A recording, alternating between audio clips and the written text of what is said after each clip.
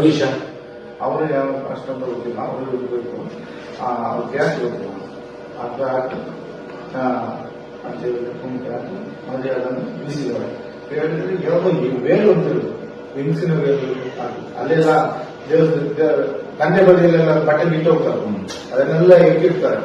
ಒಳ್ಳೊಳ್ಳೆ ಸೀರೆ ಅದೆಲ್ಲ ಇದ್ರೆ ತಗೊಂಡೋಗಿ ಅಲ್ಲಿ ಒಳಗೆ ಹಾಕಿ ಹೋಗ್ತಾರೆ. ಅದನ್ನು ಯಾಲಂ ಮಾಡುವಾಗ ಅದನ್ನು ತಗೊಂಡು ಹೋಗ್ತಾರೆ, ಯಾಲಂ ಮಾಡಿ ಸರವತ್ತಿಗೆ. ಅದರಲ್ಲಿ ಯಾವ ಒಂದು ವೇಳನ್ನು ಹಾಕಿ ಪೊಲೀಸರು ಮುಂಚೆ ಇಳಿಸಿ ಆಯ್ತು. ನಮ್ಮನ್ನೆಲ್ಲ ಹತ್ರವೇ ಬರಬಾರ್ದು ಅಂತ ನಮಗೆ ಭಯ, ನಮ್ಮ ಕೆಲಸ ಮಾಡ್ಕೊಂಡು ನಾವು ಹೋಗ್ತಾ ಇದ್ದೇವೆ ಕೃಷ್ಣ ಏನೋ ಅನ್ಕೊಂಡು. ಇನ್ನು ಅಲ್ಲಿ ಬೆತ್ತಲ್ಲಿ ಕೊಂಡ್ರೆ ಅವರ ಮನೆಗೆ ಕೊಟ್ಟರೆ ಗೊತ್ತೇ ಇಲ್ಲ.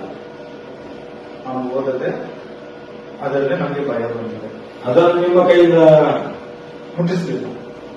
ಅದೇ ಅದು ಅವರೇ ಇಳಿಸ್ಕೊಂಡು ಮುಂಬೈನವರೇ ಇಳಿಸಿ ಅವರೇ ತಗೊಂಡೋರು, ಕೆಲಸದವರು ಅವರೇ ನಮ್ಮನ್ನು ಮುಟ್ಟಿಸ್ ಪೊಲೀಸ್ ನಾವು ಮುಟ್ಲೇ ಇಲ್ಲ. ಮತ್ತೆ ಪೊಲೀಸ್ ಎಲ್ಲ ಬಂದದ್ದು ಪೊಲೀಸೆಲ್ಲ ಇಳಿಸಿ ಎಲ್ಲ ಎತ್ಕೊಂಡು ಹೋಗುವಾಗ ಪೊಲೀಸರು ಬಂದರೆ ಪೊಲೀಸರು ಬಂದು ಅವರೇ ಎಂತ ಮಾಡಿದ್ರು ಹೋಗಿದ್ದಾರೆ.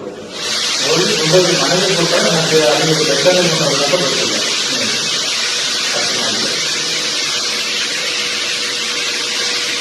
ಎಷ್ಟೋ ಜಾಸ್ತಿ ಅಂದ್ರೆ ನೀವು ನನಗೆ ಬರುವ ಮಾಹಿತಿ ಅಷ್ಟೇ ಇವನನ್ನು ನೋಡಿದ್ದೀರಾ? ಯಾರಿಗೆ ಅಕ್ಷೇಂದ್ರ ನೋಡಿದ್ರು ಮಗನನ್ನು ಆ ಸಂದರ್ಭದಲ್ಲಿ 9/10/11 ತಾರೀಕಿಗೆ 11 ತಾರೀಕಿಗೆ ನಾನು ಕಾಣ್ಲಿಕ್ಕೆ ಒಂದು ಸಾಕ್ಷಿ ಇತ್ತು, ಅದನ್ನು ಅಳಿಸ್ಬೇಕು. ಸಾಕ್ಷಿ ಮುಖ್ಯವಾದ ಸಾಕ್ಷಿ ಅಂದ್ರೆ ಆ ನೇಚರ್ ಹಾಸ್ಪಿಟಲ್ ಏನ್ ಹೇಳ್ತೀರಾ, ಹಾಸ್ಪಿಟಲ್ ಎದುರುಗಡೆ ಕ್ಯಾಮರಾ ಇದೆ, ಅದು ಮಾತ್ರ ಜನಗಳಿಗೆ ಗೊತ್ತು. ಮತ್ತೊಂದು ಅದ್ರ ಎದುರುಗಡೆ ಒಂದು ಬಸ್ ಸ್ಟಾಂಡ್ ನಿರ್ಮಾಣ ಮಾಡಿದ್ರು, ಮರ ಹೌದು, ಕೈ ಹಂಚಲ್ಲ. ಹೌದು, ಅದರಲ್ಲಿ ಒಂದು ದೊಡ್ಡ ಡೂಮಿನಾಗಿ ಒಂದು ಕ್ಯಾಮರಾ ಇಟ್ಟಿದ್ರು. ಅದು ಈ ಕಡೆ ಸತೀಶ್ ಹತ್ರ ಹೋಟ್ಲಿಂದ ನಮ್ಮ ನೇತ್ರಾವತಿ ಒಳಗಿಂದ ಹೀಗೆ ಹೋದ್ರೆ ಮನ ಆ ಸಂಘದವರಿಗೆ ಕಾಣ್ತಾ ಇತ್ತು, ತನ್ನವರಿಗೆ ಜಾತ್ರೆಗೆ ಸುಮ್ಮನೆ ರೋಡ್ಗೆಲ್ಲ ಕೊಟ್ಟಿದ್ರು, ಅದು ಕಾಣ್ತಾ ಇತ್ತು. ನಾವಲ್ಲಿ ಟೀ ಕುಡಿಬೇಕಾದ್ರೆ ಕಲ್ಚರ್ ರೋಡ್ನಲ್ಲಿ ಮರದೇ ಮನೆಯಲ್ಲಿ ಕುಡಿತಿದ್ವಿ, ಅಲ್ಲಿ ಕ್ಯಾಮರಾ ನೋಡಿ ಕಾಣ್ತಾ ಇತ್ತು. ಕೆಲಸ ಮಾಡಿದ್ವಿ ಟೀ ಕುಡಿತಾರೆ ಅಂತ ಹೇಳಿ ಅದು ಕಾಣ್ತಲ್ಲ, ವ್ಯವಸ್ಥೆಗೆ ಅಂತ ಅದರಲ್ಲಿ ಮನೆಯಲ್ಲಿ ನಿಂತು ಕೊಡ್ತಿದ್ವಿ. ಆದ್ರೆ ಈಗ ನೋಡೋದು ಅಲ್ಲಿ ಆ ಬಸ್ ಸ್ಟ್ಯಾಂಡೇ ಇಲ್ಲ, ನನಗೆ ಕಾಣುತ್ತಿಲ್ಲ. ಬಸ್ ಸ್ಟ್ಯಾಂಡ್ ಅಲ್ಲಿ ಬೋರ್ಕಲ್ ಹೊಂಟೋಗಿದ್ದಾರೆ. ನಾನು ಬಸ್ ಸ್ಟ್ಯಾಂಡ್ ಇಂದ ಇದೇ ಇಲ್ಲ, ಗುರ್ತೇ ಇಲ್ಲ. ರಾಮನಂದರ ಮನೆಗೆ ಹೋಗುವ ಒಂದು ಬಸ್ ಸ್ಟ್ಯಾಂಡ್ ಇತ್ತು, ನೋಡಿದ್ದೇನೆ. ಆ ಬಸ್ ಸ್ಟ್ಯಾಂಡ್ ಅಲ್ಲಿ ಆ ಬಸ್ ಸ್ಟ್ಯಾಂಡ್ ಅಲ್ಲಿ ಕೂಡ ಕ್ಯಾಮರಾ ದೊಡ್ಡದು ಇತ್ತು, ಇಷ್ಟು ದೊಡ್ಡದು. ನನ್ನ ತಲೆ ಸೈಜಲ್ಲಿ ಒಂದು ಕ್ಯಾಮರಾ ಇತ್ತು, ಅದೇ ಕೆಲಸ ಮಾಡ್ಕೊಂಡು ಈಗ ತಿರುಗೋ ಕ್ಯಾಮರಾ.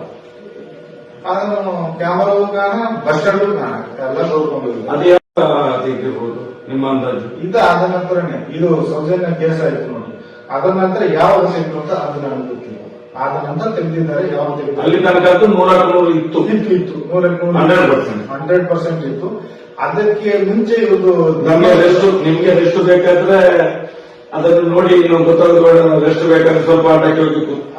ಮರದ ಮರೆಯಲ್ಲಿ ಹೋಗಿ ಕುತ್ಕೊಂಡು ಟೀ ಕುಡಿಯೋದು. ಹಾಗಾದ್ರೆ ಪಕ್ಕ ಅಲ್ಲಿ 100ಕ್ಕೂ 100 ದೊಡ್ಡದು ತಿರುಗುವಂತದ್ದು ಇತ್ತು.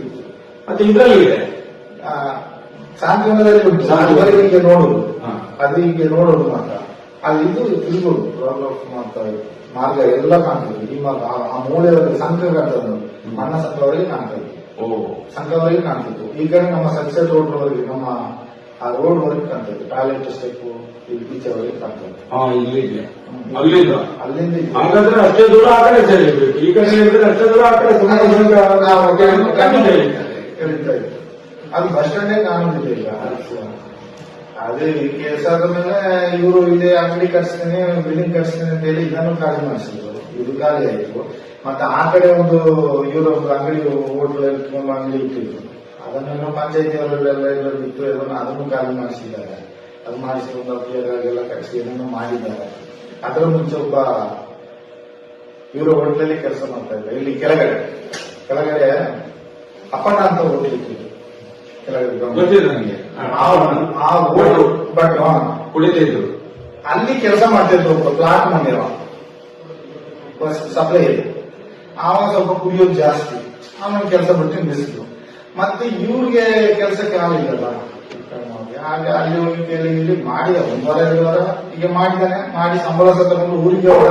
ಊರಿಗೆ ಹೋಗಿ ಬಂದ ನಂತರ ಇವರು ಬೇರೆ ಜನ ಮಾಡ್ಕೊಂಡ್ರು. ಜನ ಕೆಲಸ ಬೇಡ ಅಂತ ಹೇಳಿದ್ರು. ಅವ ಬಂದವ ಮತ್ತೆ ಹೋಗ್ಲಿಕ್ಕೆ ಉಪಾಯ ಇಲ್ಲ ಅಂತೇಳಿ ಅಲ್ಲೇ ಬಸ್ ಸ್ಟ್ಯಾಂಡ್ ಅಲ್ಲಿ ಕೆಮ್ಕೊಂಡೇ ಬಿದ್ದಿದ್ದ. ಕೆಮ್ಕೊಂಡೇ ಬಿದ್ದಿದ್ದ, ಹುಷಾರಿಲ್ಲ. ಮತ್ತೆ ಇವರು ಸರಿ ನನ್ನ ಹೆಸರನ್ನು ಕೆಡಿಸ್ಬೇಡ ಮಾರಾಯ, ನಾವು ನಿನ್ನ ಕೆಲಸದ ಬಿಟ್ಟಾಗಿದೆ, ನಿನ್ನ ಕೆಲಸ ನೋಡ್ಕೊಂಡು ಹೋಗು ಅಂತ ಹೇಳಿದ್ದಾರೆ. ಆದ ನಂತರ ಇವನು ಕೇಳಿದ್ರು, ಮತ್ತೆ ಹುಷಾರಿಲ್ಲದೆ ಎಲ್ಲ ನಿಮ್ಮ ಹೋಟೆಲ್ ಕೆಲಸ ಮಾಡಿದ್ರು ಹಾಗೆ ಹೇಳಿದ್ರಲ್ಲ. ಮತ್ತೆ ಇವನು ಧರ್ಮಸ್ಥಳ ಬೆಳ್ತಂಡಿ ಹಾಸ್ಪಿಟಲ್ ಬಂದಾಗ ಅಡ್ಮಿಟ್ ಮಾಡಿ ಬಂದ್ರು. ಅಡ್ಮಿಟ್ ಮಾಡಿ ಬಂದ್ರು. ಅವರು 2-3 ದಿವಸ ಇತ್ತು. ಮತ್ತೆ ಅಲ್ಲಿಗೆ ಧರ್ಮಸ್ಥಳ ಇಲ್ಲಿ ನೇತ್ರಾವತಿಗೆ ಬಂದಿದ್ದಾನೆ. ಅದೊಂದು ಬಸ್ ಸ್ಟ್ಯಾಂಡ್ ಇದೆ ಕೆಳಗಡೆ, ಬಸ್ ಸ್ಟಾಪ್. ಆ ಬಸ್ ಸ್ಟ್ಯಾಂಡ್ ಕೆಂಪು 4-5 ದಿವಸ ಬಿದ್ದಿದ್ದ ಅಲ್ಲಿಗೆ ಪ್ರಾಣ ಬಿಟ್ಟ. ಕೆತ್ತ ಮೇಲೆ ಪೊಲೀಸರಿಗೆ ಇವರು ಫೋನ್ ಮಾಡಿದ್ರೆ ಅವ್ರು ಮಾಡಿದ್ರೆ ಗೊತ್ತಿಲ್ಲ. ನಮ್ಮನ್ನು ರಾಜೇಶ್ ಅವರು ನಮ್ಮ ಜೊತೆ ಕಳಿಸಿದ್ರು. ಅವರು ನೇತ್ರಾವತಿ ಸೂಪರ್ ನೇತ್ರಾವತಿ. ಈಗ ಹೆಸರು ಚೇಂಜ್ ಮಾಡಿ ಹೇಳ್ತೀನಿ ಅಂತ ತಿಳ್ಕೊಳ್ರಿ. ನಾನು ಬಂದ ನಂತರ ಆ ಧರ್ಮಸ್ಥಳ ಕ್ಷೇತ್ರಕ್ಕೆ ಕೆಲಸಕ್ಕೆ ಬಂದ ನಂತರ ಸ್ಟಾರ್ಟಿಂಗ್ ಹೋಯ್ತನ್ನ